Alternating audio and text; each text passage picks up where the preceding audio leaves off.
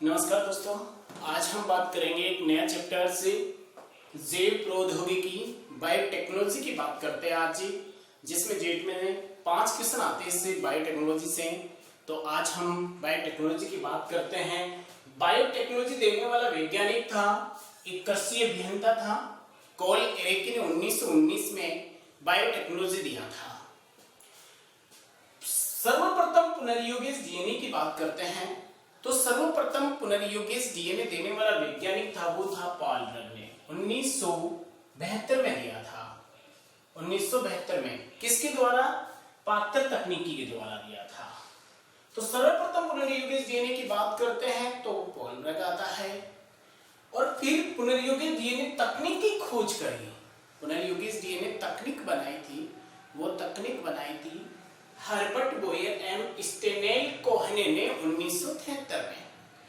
उन्होंने क्या किया? साल्मोनेला टाइफिमोरियम जीवाणु लिया और इस जीवाणु की प्रतिरोधी प्रतिजैविक जीन से जोड़ने में सहायता की थी। तो साल्मोनेला टाइफिमोरियम और ई कोलाई जीवाणु द्वारा इन्होंने खोज की थी इसकी। तो पुनर्योगेश सर्वप्रथम की बात आए तो पॉल ब्रग होगा। पुनर्योगेश डीएनए तकनीक की खोज की बात आए तो हर्बर्ट बोयर एवं स्टेनेल कोहने होगा। पुनर्योगेश डीएनए कहते किसे हैं? किसी भी मूल डीएनए में, किसी भी मूल डीएनए में बाहरी डीएनए जोड़ने पर उत्पन्न परिवर्तित डीएनए को ही हम पुनर्योगेश डीएनए कहते हैं। कोई भी डीएनए है, उस डीएनए में हम क्या करेंगे? कोई भी बाहरी डीएनए जोड़ देंगे तो जो परिवर्तित होगा डीएनए, वही डीएनए क्या कहलाएगा? पुनर्योगेश डीएनए कहलाएगा। हम जैव प्रौद्योगिकी की परिभाषा की बात कर लेते हैं। तो बहुत ही इजी सी इसकी परिभाषा है, बहुत ही सरल सी परिभाषा है इसकी। विज्ञान और अभियांत्रिकी के सिद्धांत, विज्ञान व अभियांत्रिकी के सिद्धांत का उपयोग करते हुए, विज्ञान व अभियांत्रिकी के सिद्धांतों का उपयोग करते हुए जैविक कारकों की सहायता से, याद रखिए जैविक कारकों की सहायता से मानव के लिए उपयोगी उत्पाद बनाना ही जैव प्रौद्योगिकी कहलाता है। बहुत ही इजी सिंपल सी इसकी परिभाषा है। विज्ञान एवं अभियांत्रिकी के सिद्धांतों का उपयोग करते हुए जैविक कारकों की सहायता से मानव के लिए उपयोगी उत्पाद बनाना जैव प्रौद्योगिकी कहलाता है। अब इसी बात पर एक EFB यूरोपियन जैव प्रौद्योगिकी संघ ने भी एक परिभाषा दी थी। उन्होंने दिया था उत्पाद एवं सेवाओं के लिए प्राकृतिक विज्ञान व जीवों, कोशिकाओं व उनके भागों तथा आणविक प्रतिरूपों का समायोजन जैव प्रौद्योगिकी कहलाता है। तो एक सामान्य सी जानकारी है जैव प्रौद्योगिकी। अब हम लेते हैं जैव प्रौद्योगिकी के सिद्धांत की बात कर लेते हैं। तो इसके 2 सिद्धांत है भाई। जैव प्रौद्योगिकी के कितने सिद्धांत हैं? इसके 2 सिद्धांत हैं।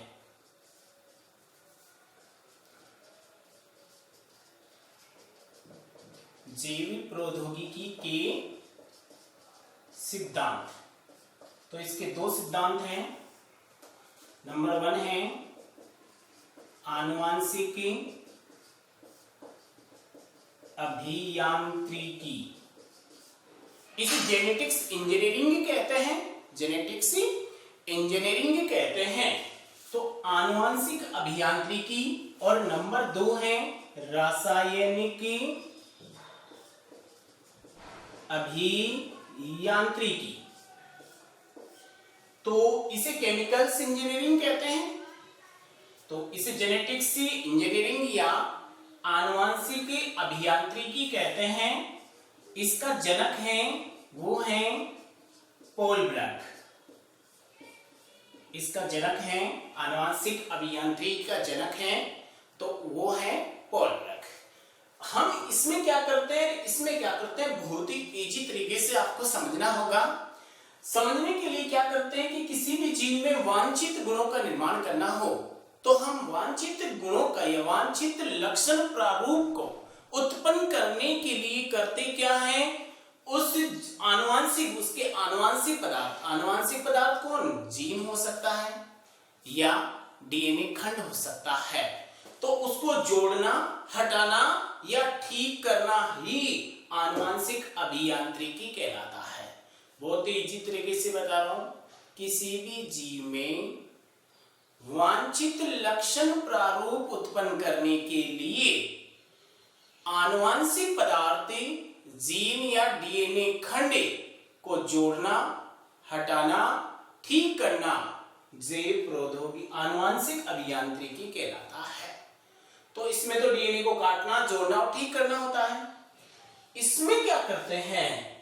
जीवाणु रहित वातावरण में, जीवाणु रहित वातावरण में सूक्ष्म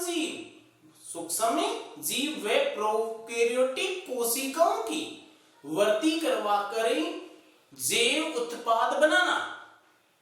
सूक्ष्म जीव व प्रोकैरियोटिक कोशिकाओं की वृद्धि करवाकर जैव उत्पाद बनाना रासायनिक अभियांत्रिकी कहलाता है। इस रासायनिक अभियांत्रिकी में हम क्या क्या बनाते हैं? इसमें एंटीबायोटिक बनाते हैं, टीके बनाते हैं और एंजाइम बनाते हैं। तो इसमें तो हम रासायनिक पदार्थ बनाते हैं और इसमें हम डीएनए को काटना, जोड़ना, ठीक करना, जो भी प्रोसेस करते हैं वो प्रोसेस हम आनुवांशिक अभियांत्रिकी में करते हैं। अब हम बात करते हैं, आगे बढ़ते हैं, आनुवांशिक अभियांत्रिकी के साधनों की बात करते हैं। आनुवांशिक अभियांत्रिकी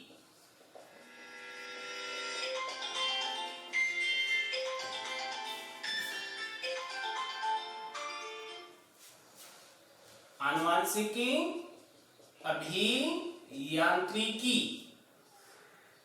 के साधन। आनुवांशिक अभियांत्रिकी के साधनों की बात करते हैं तो आनुवांशिक अभियांत्रिकी के जो साधन हैं, आनुवांशिक अभियांत्रिकी के जो साधन हैं वो है नंबर 1 प्रतिबंधन एंजाइम, रेस्ट्रिकेशन एंजाइम कहते हैं इसे। नंबर 2 है डीएनए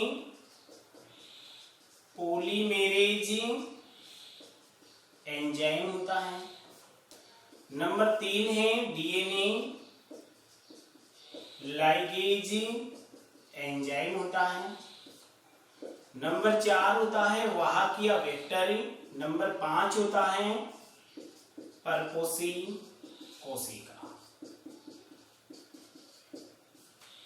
तो ध्यान दीजिए, आणविक अभियांत्रिकी के साधन हैं और ये आनुवांशिक अभियांत्रिकी के जो साधन हैं वो साधन हैं प्रतिबंधन एंजाइम जिसे हम रेस्टिकेशन एंजाइम कहते हैं, डीएनए पॉलीमरेज एंजाइम होता है, डीएनए लाइगेज एंजाइम होता है और वाहक होता है जिन्हें हम वेक्टर्स कहते हैं, और परपोषी कोशिका होती है।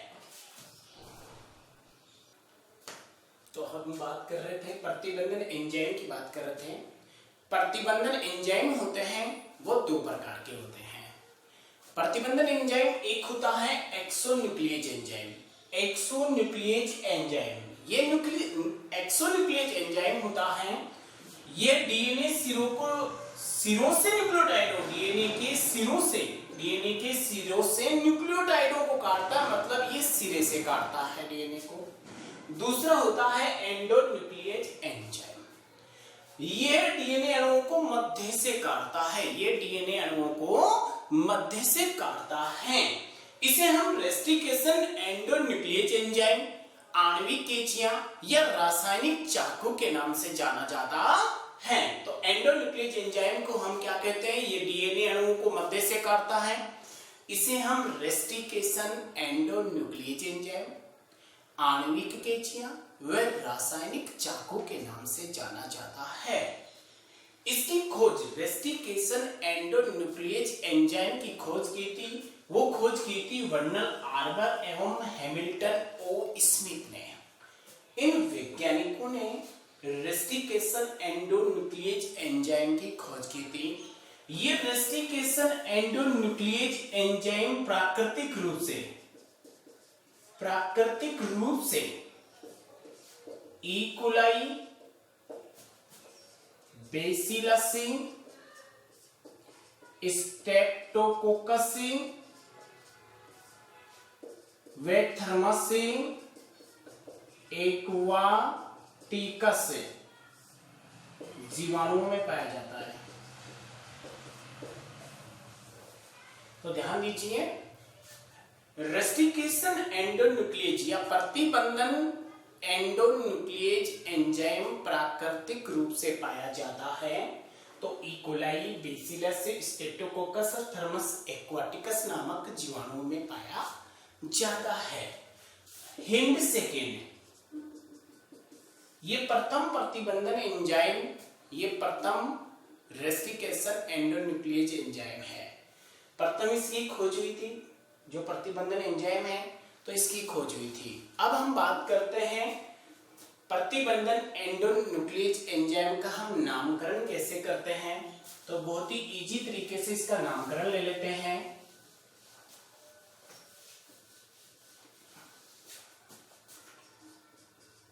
प्रतिबंधन एंडोन्यूक्लिएज एंजाइम का नामकरण।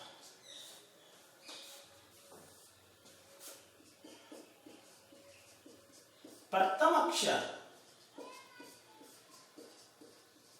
वंश का होता है। इसका जो प्रथम अक्षर होता है वो वंश का होता है, जिससे इसको निकाला गया है। और इस वंश के अक्षर को जिससे निकाला गया हमेशा अंग्रेजी के बड़े अक्षरों में लिखा जाता है, बड़े अक्षरों में लिखते हैं। तो प्रथम अक्षर वंश का होता है जिससे उसको निकाला गया है, और इसको हमेशा बड़े अक्षरों में लिखा जाता है। इसके बाद दूसरे व तीसरे या इसके बाद दो अक्षर, इसके बाद दो अक्षर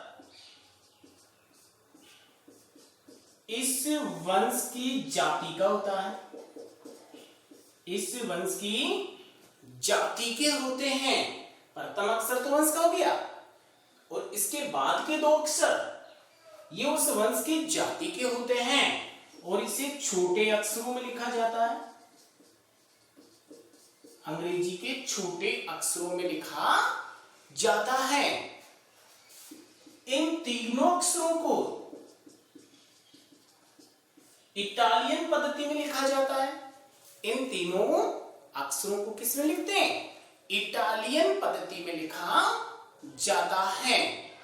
तो ये इटालियन पद्धति में हो गया। अब है नंबर 4, चौथा अक्षर होता है, चौथा अक्षर होता है वो प्रभेद होता है, प्रभेद होता है। चौथा अक्षर होता है वो प्रभेद होता है, जिससे जीव से उसे निकाला गया है या जिससे उसे निकाला गया है वो होता है प्रभेद। जैसे आर है तो आरएनए से निकाला है, डी है तो डीएनए से निकाला गया, ऐसे इससे निकाला गया है। तो चौथा अक्षर क्या होता है? प्रभेद का होता है। अगर एक में ही एक ही जीव में अनेक प्रकार के रेस्टिकेशन एंजाइम पाए जाते हैं, यदि एक ही जीव में एक से अधिक रेस्टिकेशन एंजाइम पाए जाते हैं तो उन्हें हम रोमन संख्या में लिख देते हैं। जैसे hind second, hind first, ECOR first. तो हम क्या करते हैं? रोमन संख्या में यदि एक से अधिक रेस्टिकेशन एंजाइम है तो हम उसको क्या करते हैं? रोमन संख्याओं में लिख देते हैं। तो इसके नामकरण बहुत ही इजी नामकरण है इसका। प्रथम अक्षर वंश का होता है जिससे इसे निकाला गया है और बड़े अक्षरों में लिखते हैं। दूसरा और तीसरा अक्षर वंश की जाति का होता है जिसे छोटे अक्षरों में लिखा जाता है। तीनों अक्षरों को इटालियन पद्धति में लिखा जाता है। चौथा अक्षर प्रभेद का होता है जिससे उसे निकाला जाता है। और एक ही जीव में एक से अधिक रेस्टिकेशन एंडोन्यूक्लियेज एंजाइम होते हैं तो उससे क्या करते हैं, रोमन संख्याओं के रूप में दर्शा देते हैं। जैसे हिंड सेकंड है, हिंड फर्स्ट है, ECORI फर्स्ट है। अब हम बात कर लेते हैं उदाहरण की इसकी, इसी के उदाहरण ले लेते हैं, एग्जांपल लेते हैं ECOR फर्स्ट। ये जो आपको नजर आ रहा है तो इसमें E क्या है, CO क्या, E वंश है, CO जाति है, R प्रभेद है और फर्स्ट रोमन संख्या है, लेकिन CO कोलाई है और ये एस्चेरिचिया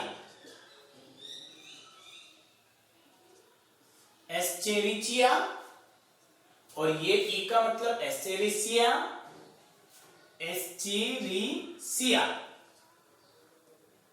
और ये हो गया कोलाई, ये हो गया प्रभेद और ये हो गया रोमन संख्या। इसी प्रकार से हम ले लें हिंड सेकेंड। हिंड सेकेंड का नामकरण करेंगे तो हिंड सेकेंड का नामकरण करेंगे तो हीमोफिलस,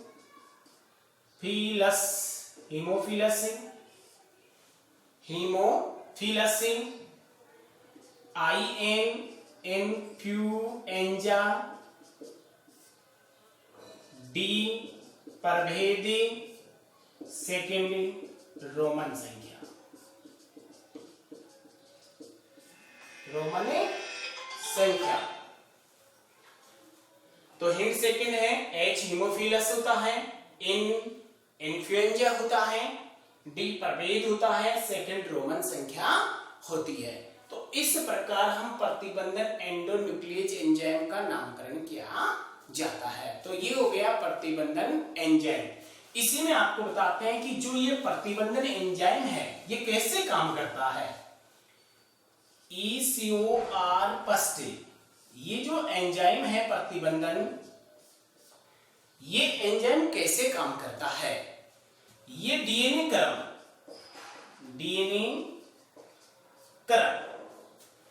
कौन सा डीएनए क्रम, एक डीएनए क्रम होता है और वो डीएनए क्रम होता है GAATTC। ध्यान दीजिए, एक डीएनए क्रम होता है, डीएनए क्रम GAATTC को जीवे एक के मध्य से काटता है, जीवे एक के मध्य से काटता है। किसके मध्य से, जीवे एक के मध्य से काट देता है। जैसे 5 बेस GAATT और C है और ये 3 डैश हो गया, ठीक है। तो यहां हो गया 3 डैश, तो यहां हो जाएगा C T T A A और G और ये हो गया 5 डैश। तो आप इसको देखते हो तो इसे बोलते हैं पैलिड्रोम। पैलिड्रोम। अब ये पैलिड्रोम क्या होता है, ये पैलिड्रोम होता है दो वर्णों का ऐसा समूह होता है जिसको आगे और पीछे पढ़ने पर एक ही बनता है, एक ही शब्द बनता है। पैलिड्रोम होता क्या है, ये दो वर्ण या दो अक्षरों का ऐसा समूह होता है जिसे आगे और पीछे दोनों तरफ से पढ़ने पर एक ही शब्द बनता है। जैसे मलयालम, सरस। देखो मलयालम को आगे से पढ़ोगे तो मलयालम, सरस को आगे से या पीछे से कहीं से भी पढ़ोगे मलयालम। तो ये पैलिड्रोम ये है। अब इसको यहां 5 से पढ़िए GAATTC, यहां 5 से पढ़िए GAATTC, ठीक है। तो कहीं से भी पढ़ोगे तो ये कोडून में पैलिड्रोम बोलते हैं इसे क्या बोलेंगे। अब जो हम बात कर रहे थे कि ECORI फर्स्ट ई कोलाई का जो प्रभेद है, प्रतिबंधन न्यूक्लियो एंजाइम है, ये एंजाइम काटता कहां से, यह एंजाइम यहां से काटता है। कहां से काटेगा, इस स्थान से काटता है, G और A के मध्य से काटता है। जब इसके मध्य से काटा तो क्या बना, ऊपर तो G बच गया, C T टी ए और ए बच गया, इधर ए टी टी सी और जी बच गया। तो इस प्रकार से काटता है ये। तो किस प्रकार से काटता है पता चल गया। ये ECORI फर्स्ट एंजाइम प्रतिबंधन एंजाइम है। ये GAATTC को जीव ए के मध्य से काटता है।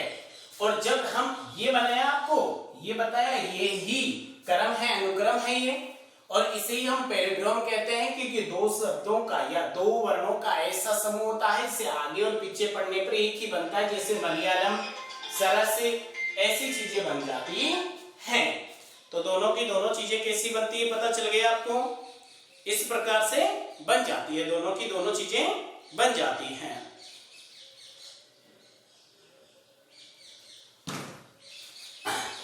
तो पता चला कि कैसे आता है, बहुत ही इजी सा है। पैलिड्रोम क्या होता है पता चल गया, ये पैलिड्रोम ही है। ये कहाँ काम करता है पता चल गया आपको। अब हम आगे बढ़ते हैं और आगे एक हो गया प्रतिबंधन एंजाइम कंप्लीट हो चुका है अपना। अब हम बात करते हैं number 2 DNA polymerase enzyme. DNA polymerase enzyme. DNA polymerase enzyme करता क्या है, ये पुनर्युगेज डीएनए की प्रतियां बनाता है। काम क्या करता है,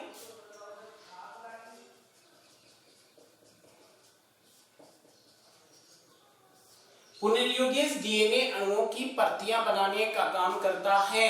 तो वो करता है डीएनए पॉलीमेरेज एंजाइम। तो ध्यान रखिए, डीएनए पॉलीमेरेज एंजाइम करता क्या, मार्टिन गैरेटे, सॉरी, तो काम क्या करेगा DNA polymerase enzyme, DNA पुनर्युगेज DNA की प्रतियां बनाता है। Number 3 DNA ligase enzyme. तो इसकी खोज करने वाला वैज्ञानिक था मार्टिन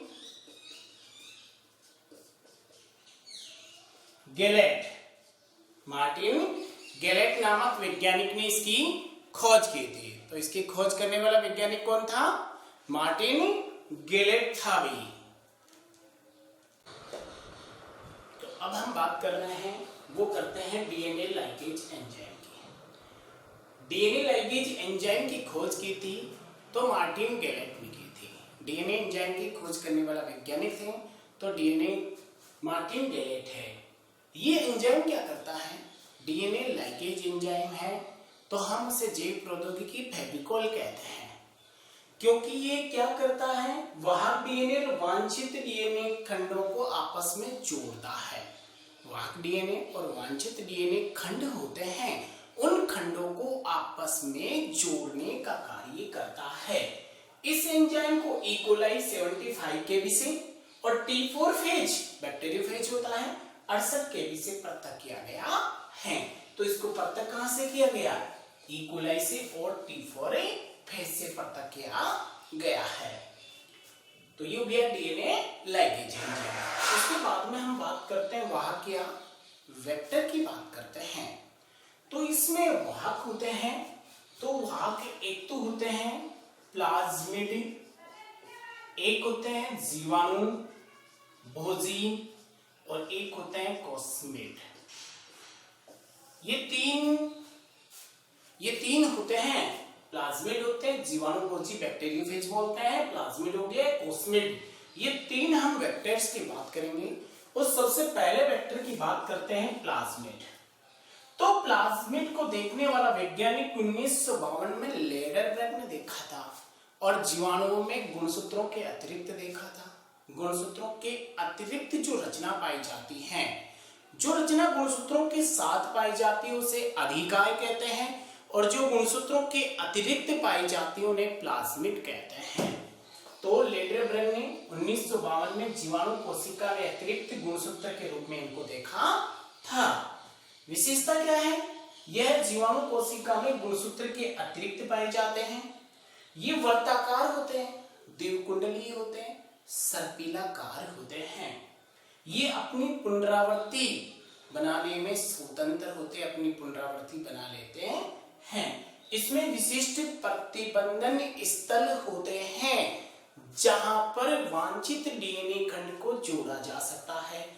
इसमें एक जीन से लेकर कई हजार जीन तक हो सकते हैं। तो हम सबसे इंपॉर्टेंट पर्सन की बात करते हैं प्लाज्मिड में, वो आता है पीबीआर 322 प्लाज्मिड। पीबीआर 322 प्लाज्मिड की बात करते हैं तो देखिए ये आपके सामने है पीबीआर 322 प्लाज्मिड। पी का मतलब प्लाज्मिड होता है, बी का मतलब बोलीवर होता है, आर का मतलब रोटरीगन होता है। 322 प्रयोग पर आधारित संख्या होती है। सबसे अधिक प्रयोग किए जाने वाला प्लाज्मिड है। सबसे अधिक प्रयोग किया जाता है। तो सबसे अधिक प्रयोग किया जाता है वो प्लाज्मिड कौन सा है? पीबीआर 322 है।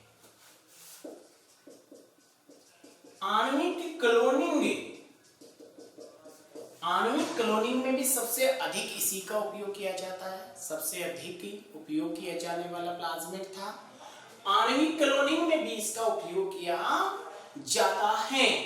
अब हम बात करते हैं, बहुत ही अच्छा प्रश्न बन जाता है, आणविक क्लोनिंग में कौन से प्लाज्मिड का उपयोग होता है? तो आणविक क्लोनिंग में इसका उपयोग होता है पीबीआर 322 प्लाज्मिड का उपयोग होता है। फिर हम बात करते हैं कि इसमें दो चिन्हित स्थल होते हैं। चिन्हित स्थल कितने? इसमें दो चिन्हित स्थल होते हैं। एक होते हैं एम्पिसिलिन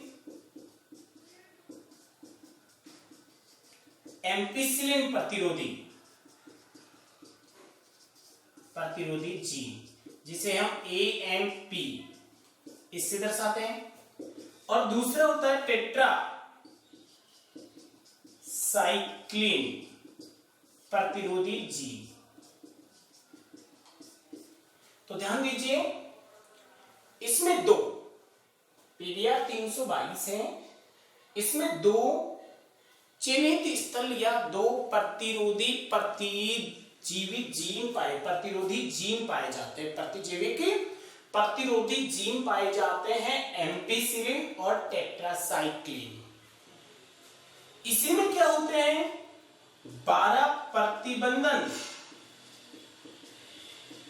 एंजाइम पाए जाते हैं। 12 प्रतिबंधन एंजाइम पाए जाते हैं। जैसे हम बात कर रहे हैं COR फर्स्ट है, हेंड सेकंड है, BAMH फर्स्ट है, PSP फर्स्ट है, SN फर्स्ट है, PVU सेकंड है। ये सारे के सारे क्या हैं? ये सारे के सारे प्रतिबंधन एंजाइम है। तो ध्यान दीजिए, चिन्हित स्थल कितने हैं? दो, एम्पिसिलिन और टेट्रासाइक्लिन। 12 प्रतिबंधन एंजाइम पाए जाते हैं इसमें। प्रतिकृति का उद्गम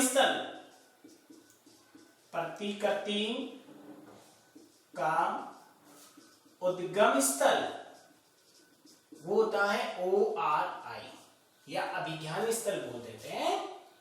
हम इसे क्या बोल देते हैं? अभिज्ञान स्थल बोल देते हैं।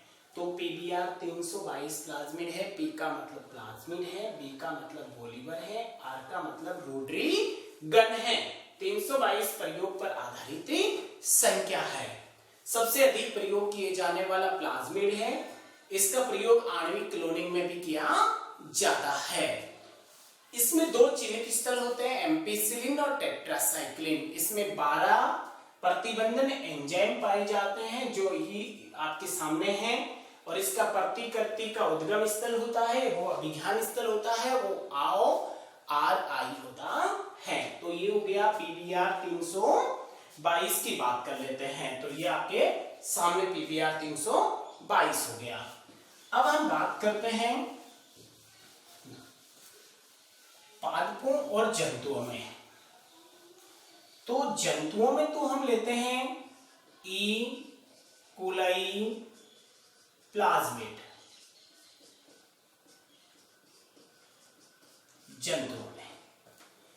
जंतुओं में किस प्लाज्मिड का उपयोग किया जाता है? जंतुओं में हम अधिकांश ई कोलाई प्लाज्मिड का उपयोग करते हैं। अब हम पादपों की बात करते हैं। तो पादपों में बात करते हैं तो एग्रोबैक्टीरियम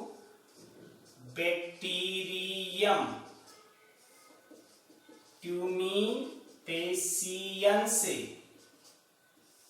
का टीआई प्लाज्मिडियम तथा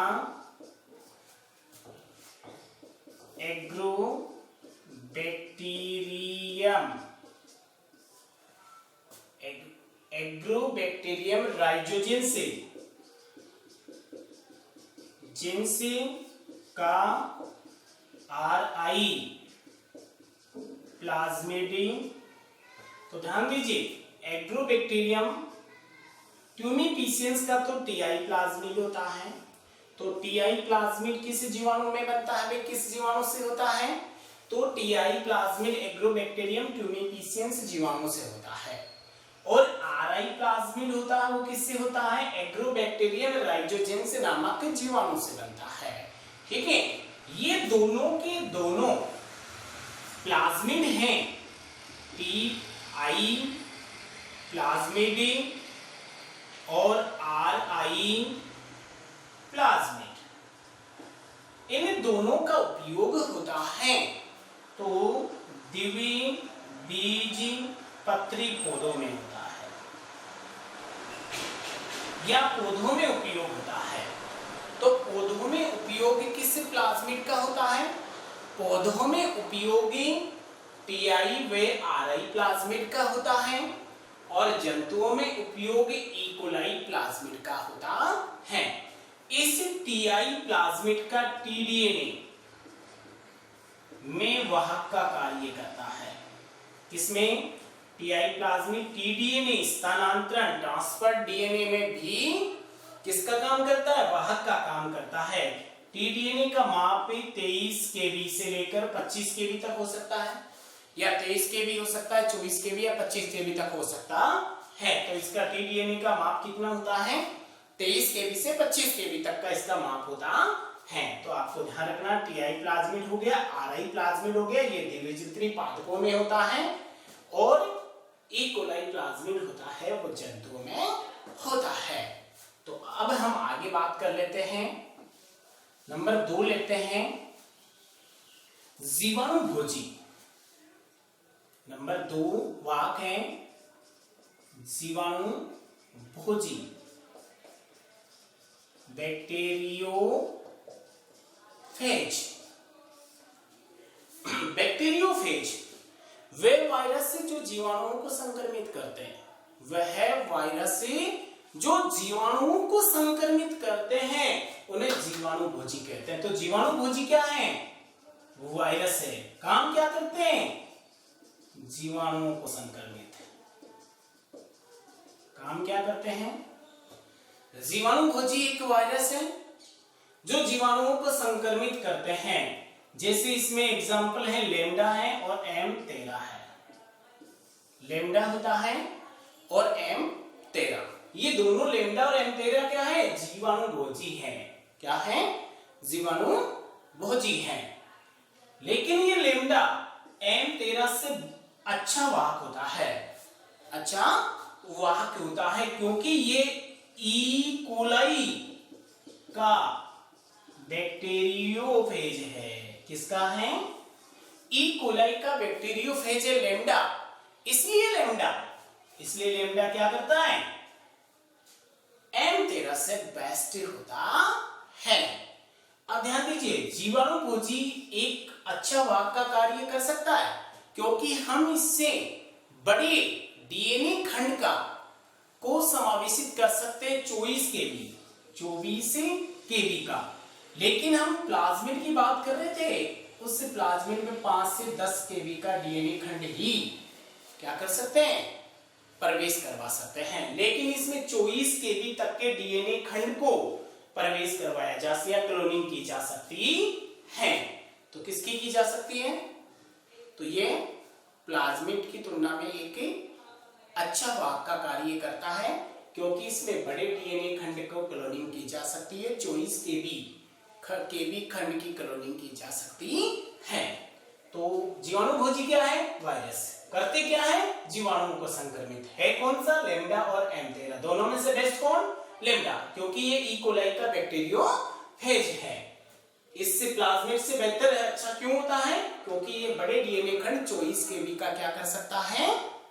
क्लोनिंग कर सकता है। अब हम बात करते हैं किसकी? अभी जो ये लैम्डा होता है, ये क्या करते हैं? इसका आकार को छोटा कर लेते हैं और बड़ा विजातीय डीएनए भी जोड़ा जा सकता है इसमें। अब हम बात करते हैं कॉस्मिड की। किसकी बात करते हैं? Number 3, cosmid. कॉस्मिड की बात कर लेते हैं। तो बारबरा होर्न किसने दिया था? बारबरा होर्न व जॉन कॉलिस।